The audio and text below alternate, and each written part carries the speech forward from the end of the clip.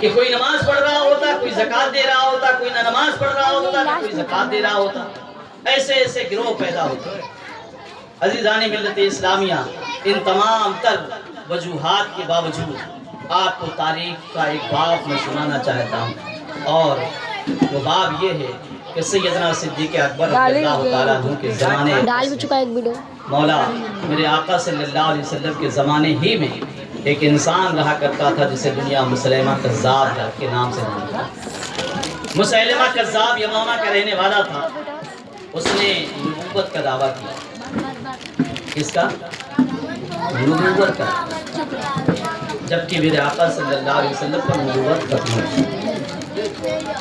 لیکن اس نے نبوت کا دعویٰ کیا، اور ان تمام تر آقا کریم صلی اللہ علیہ وسلم کے وصال کے بعد حضرت سیدنا صدیق اکبر رضی اللہ تعالیٰ عنہ کے ان تمام معاملات میں پھنسے رہنے کے ٹائم کو بہتر سمجھتے ہوئے اس نے اپنی گروہ مضبوط کر، اور اس کے چاہنے والے، اس کے ماننے والے کی تعداد بڑھتی چلی گئی۔ کافی تعداد جو ہے عرب کی سرزمین پر اس کے ساتھ ہو چکی تھی۔ سیدنا صدیق اکبر جب تمام چیزوں سے فارغ ہوئے اور مسلمانوں کا راستہ ہموار ہو گیا، تو آپ نے مسلمانوں کا ایک لشکر ترتیب کیا، جس میں 13,000 صحابہ کرام اور مسلمان موجود تھے۔ کتنے لوگ؟ 13,000، جس میں 600 حفاظ کرام تھے۔ اور مسیلمہ کذاب سے جنگ کرنے کے لیے جب یہ تمام تر مجاہدین اسلام نکلے اور یمامہ پہنچے، بڑی گھماسان کی جنگ ہوئی۔ مسیلمہ کذاب مارا گیا، اور جس نے انہیں قتل کیا اس انسان کا نام حضرت وحشی صحابی رسول ہے۔ ادب و احترام کے ساتھ نام لینا ہے۔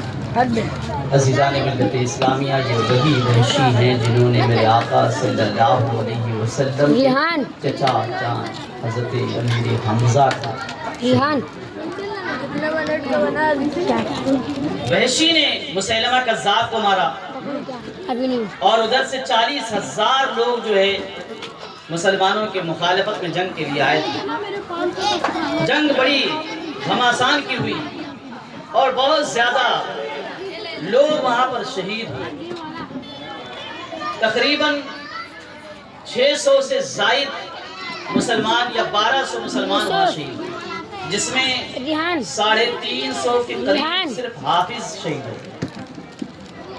حفاظ کرام، وہ صحابہ جنہوں نے قرآن مجید کو حفظ کیا تھا، وہ شہید۔ آپ کو بتاؤں کہ میرے آقا صلی اللہ علیہ وسلم کی حیات طیبہ میں، سرکار کے زمانے اقدس میں ٹوٹلی 74 جنگیں ہوئی ہیں۔ کتنی؟ 74۔ اس میں کچھ غزوات ہیں اور باقی سریات ہیں۔ غزوہ اسے کہتے ہیں جس میں میرے آقا صلی اللہ علیہ وسلم خود تشریف لے، اور سریہ اسے کہتے ہیں کہ جس میں چند صحابہ کرام کو کسی معمولی معاملے کے لیے بھیجا ہو، یا پھر بڑا معاملہ رہا ہو۔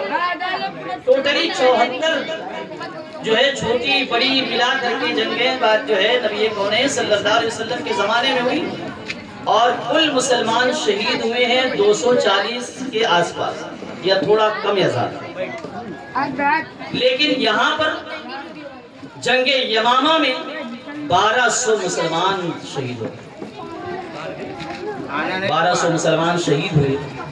جنگ جیت لی مسلمانوں نے۔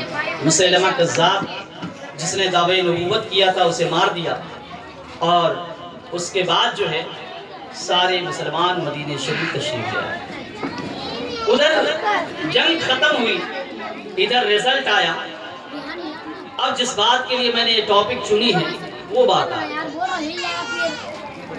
حضرت سیدنا فاروق اعظم رضی اللہ تعالیٰ عنہ نے جب یہ رزلٹ دیکھا تو آپ فوراً دوڑے ہوئے سیدنا ابو بکر صدیق کی بارگاہ میں پہنچے۔ امیر المومنین، ایسا کریں کہ قرآن مقدس کو جمع کیا جائے۔ اب یہ تاریخ کا جو پہلو ہے نا، اس کو بڑی سنجیدگی سے آپ نے سننا ہے اور اس کو اپنے سینے میں محفوظ رکھنا ہے.